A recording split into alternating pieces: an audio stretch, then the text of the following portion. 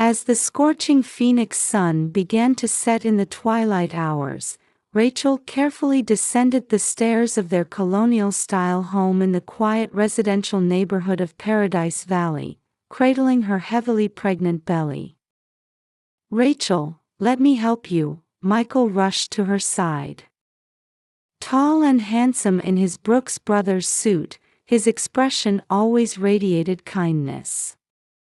"Thank you, but I'm fine. There's still over 2 weeks to go. I want to do what I can while I still can." As a pediatrician at Phoenix General Hospital, Rachel had attended many births. However, facing her own delivery, she felt conflicted between her clinical detachment as a doctor and her expectations as a mother-to-be. "Your mother called. We're invited to dinner again," Rachel said. Michael's expression clouded momentarily. Margaret was Michael's mother and the wife of the current head of the Thompson family, a prominent name in Phoenix society. For over 30 years, she had prided herself on being the perfect housewife, having given birth to all 3 of her children at home. "Mom's just concerned about you.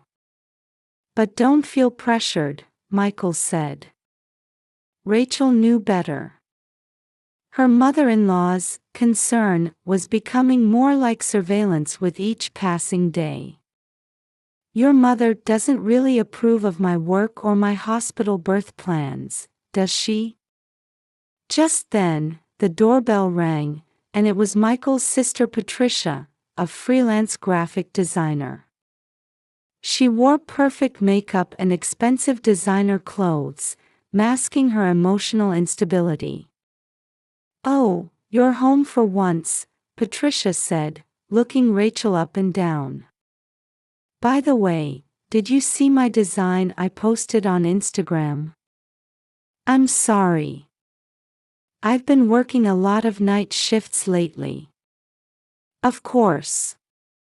You're so busy with work. But family is important, isn't it?" There was a hint of sarcasm in her words. Michael watched his sister with concern.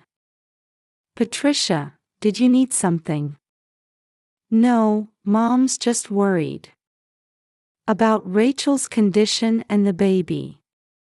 On the surface, they appeared to be a harmonious family. However, the reality was that the threads of their complex emotions were quietly but surely beginning to unravel.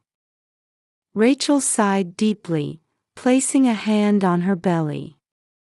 Her career, built through medical school on scholarships and her own determination, and her new family with the man she loved were precious treasures to her. However, as her due date approached, her mother-in-law's interference intensified, her sister-in-law's attitude gradually changed, and Michael's business trips increased.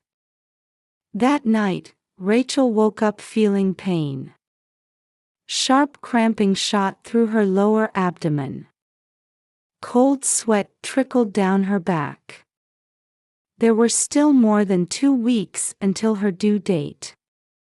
Opening her smartphone app, she began timing the contractions.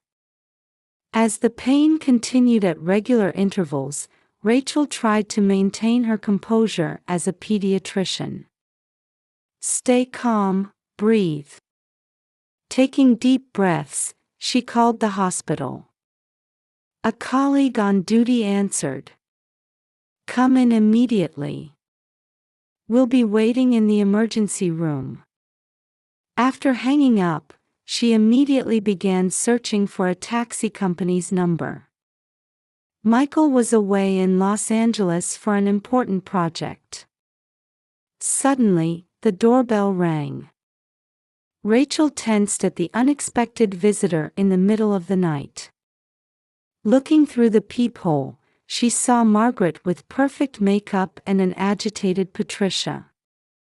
"Rachel, open the door." Her mother-in-law's voice carried more authority than usual. The scent of overpowering perfume wafted through the entrance. "Mother." "Patricia, at this hour." "Michael contacted us. Said you weren't feeling well." Rachel was confused. She hadn't contacted Michael yet. "So why?" "Yes, I think I'm in labor.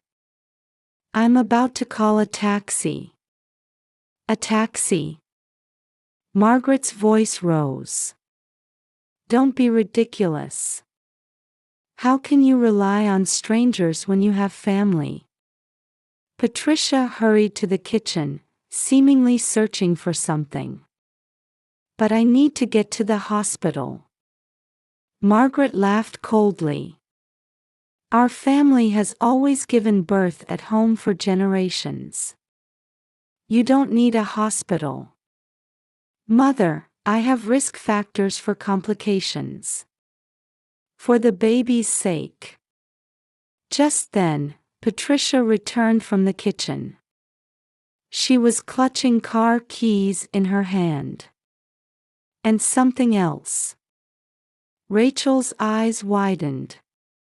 It was her father's keepsake lighter, which had been displayed on the entrance shelf.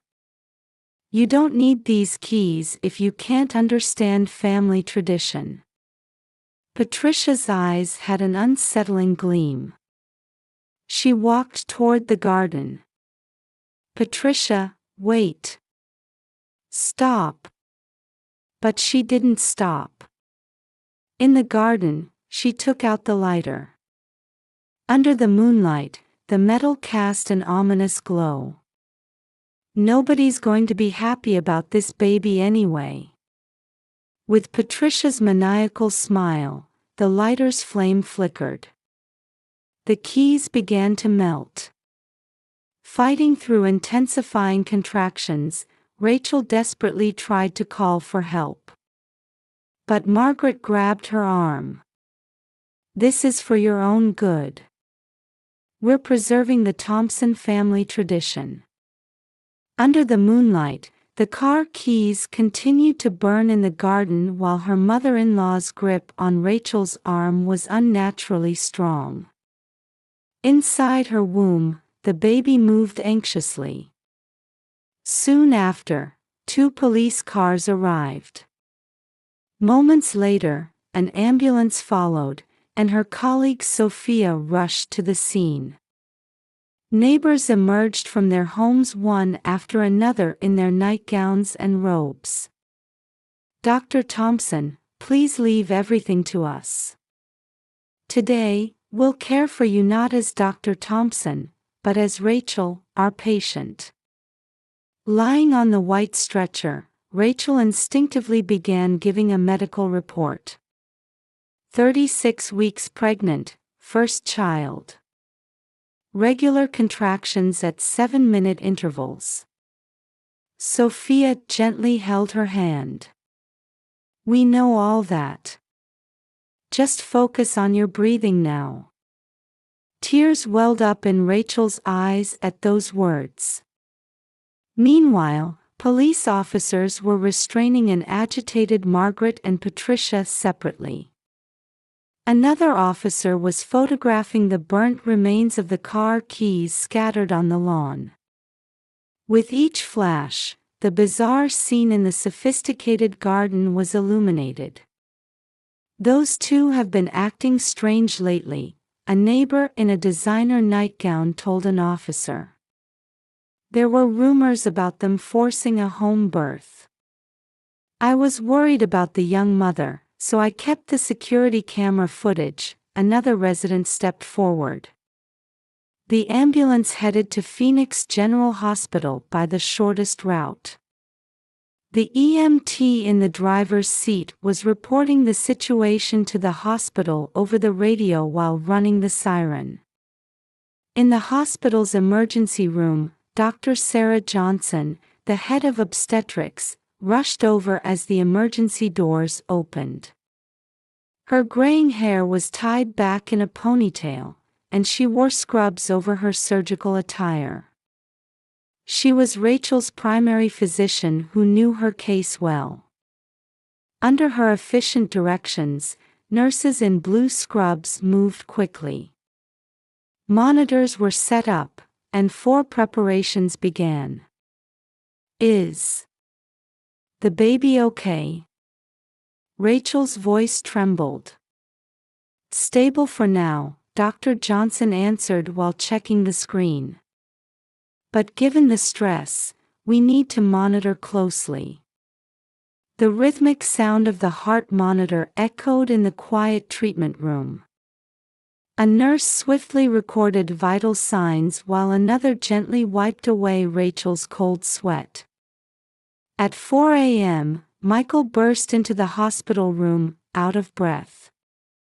His Brooks Brothers suit was wrinkled, his tie loosened.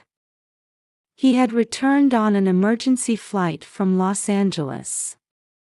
"Are you all right? The baby? I heard about Mom and Patricia." Michael. Tears fell from Rachel's eyes. "I'm sorry, the car keys." "Don't worry about that," Michael gripped her hand firmly. "Leave Mom and my sister to the police. Let's just focus on you and the baby now." Suddenly, an alarm sounded in the room. The fetal heart rate was dropping. The medical team quickly assembled. The operating room staff began preparations, and tension filled the hallway. On the stretcher moving down the white corridor, Rachel said through held-back tears, "Michael, I'm scared.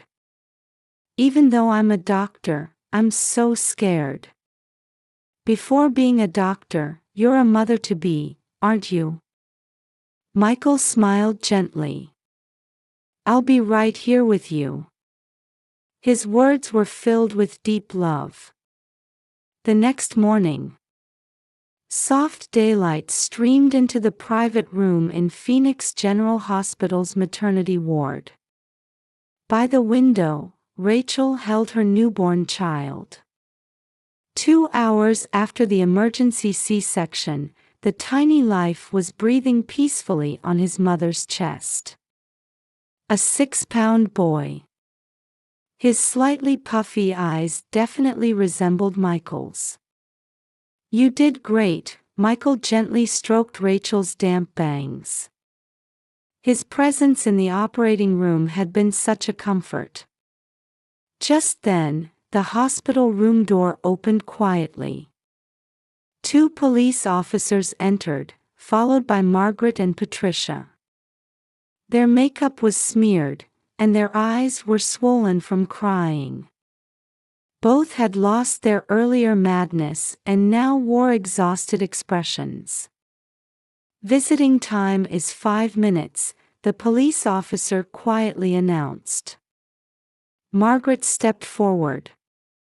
Her gait was completely different from her usual dignified manner.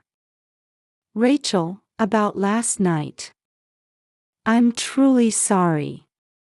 Her voice was thin and trembling. Her expensive tweed suit now seemed oddly out of place. Patricia broke into sobs. "What have I done?" Silence enveloped the room. Only the regular beeping of monitors marked the passage of time. "Why?" Rachel's voice was tired but firm. "Why did you do this?" Margaret heaved a deep sigh. Something long-harbored showed in her eyes. "We just wanted to protect the Thompson family's honor." Her voice broke. "My mother was the same way. Raising children at home.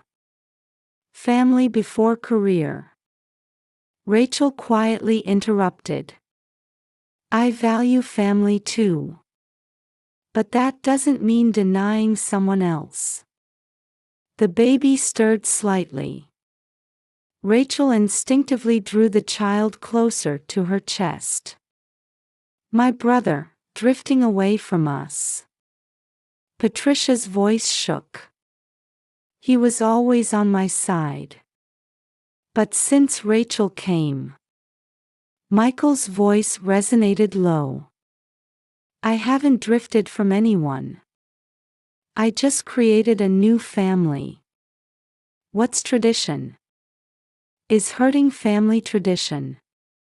The air in the room froze. Our family's honor. Margaret managed to say. Michael's voice grew stern. Last night, you put a pregnant doctor in danger. Is that honor? Enough. Michael's voice was resolute. We'll walk separate paths from now on. Rachel silently watched her baby. The tiny life moved slightly again. We're filing charges with the police, Michael continued. And requesting a restraining order. This is non-negotiable.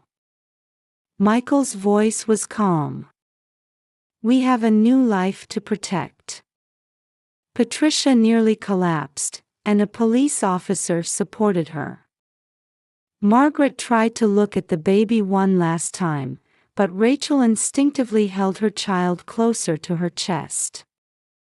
That gesture said everything. Michael and Rachel quietly watched as the two left the room. The sound of the door closing seemed to announce the beginning of a new chapter.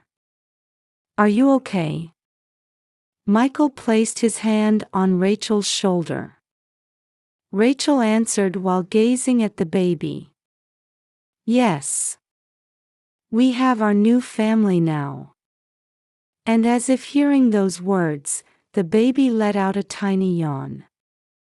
Outside the window, the Arizona morning sun brightly illuminated the desert city. The beginning of a new day. And the moment of a new family's birth. The hospital room door opened again. This time, it was the attending physician and nurses. Shall we start preparing for discharge? The doctor cheerfully asked. Getting ready to go to your new home. Michael and Rachel exchanged glances and quietly nodded. Last night's nightmare was truly over. And now, a new future lay before them. Hey, Michael, Rachel looked up at her husband. Let's decide on a name for him. Yes, Michael smiled gently. The first important decision for our new family. The morning sun filled the hospital room as their new family story quietly began. 1 year later. In a quiet residential area, a 30-minute drive from Paradise Valley, stood a Spanish-style house. James, look, Daddy's home, Rachel lifted her toddling son. 1-year-old James began to bounce excitedly at the sight of his father. Michael, still in his Brooks Brothers suit, rushed to his son. His work at the new construction company was busier than before, but he could now return home at the same time every day. Today was vaccination day, wasn't it? Michael stroked his son's head. Did you cry? No, he was very brave, Rachel smiled. A perfect role model for my patients. Rachel's reputation at Phoenix Children's Hospital continued to grow. Although balancing childcare and work wasn't easy, the hospital supported her with flexible working arrangements. On the living room table lay a letter that had arrived that day. It was from Margaret. After the incident, Margaret and Patricia had begun counseling. Facing social media backlash and community criticism, they ultimately decided to move to Scottsdale. Opening the letter, a photograph slipped out. It showed Patricia teaching at a children's art class where she volunteered. Patricia has really changed, Rachel picked up the photo. Indeed, her sister-in-law's expression had softened. Weekly counseling sessions. Learning to handle anger. Finding a new way of life. Everything had gradually changed her. Moms even started an online petition on change.org, Michael said while reading the letter. For childcare support for working mothers. Unbelievable. Rachel smiled quietly. People can change. And sometimes, sad events can be the catalyst. Oh, Rachel noticed the last part of the letter. She's been asked to give a lecture at the local family support center. Margaret wanted to help families struggling with similar value conflicts by sharing her experience. Hey, Michael, Rachel looked at her husband. We made the right choice, didn't we? Michael answered while holding their son. Family doesn't have just one form. What's important is understanding and respecting each other. James closed his eyes contentedly against his father's chest. Just then, Rachel's smartphone rang. It was the hospital. Hello, yes, I understand. When she hung up, Rachel's face was glowing. What is it? Michael asked. The pregnancy test, it's positive. Really? Michael's voice jumped with joy. Rachel smiled and gently placed a hand on her stomach.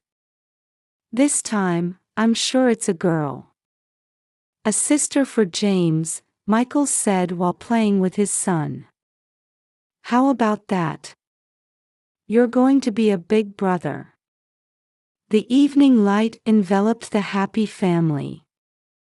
A pleasant summer breeze blew on the terrace. The birth of a new life.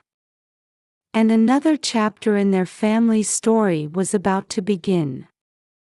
On the patio garden table lay next month's schedule. Work commitments. Childcare plans. And preparations for welcoming their new family member. Hey, Rachel snuggled close to Michael. Our family is wonderful, isn't it? Yes, Michael nodded. It's our own unique way of being a family. The Arizona sunset cast a gentle light on their new home, seeming like a symbol of their hope-filled future. This was the path they had chosen. And the path they would continue to walk. Love and understanding. And accepting each other. Perhaps that's what true family bonds are all about. A new night was about to fall on the desert city.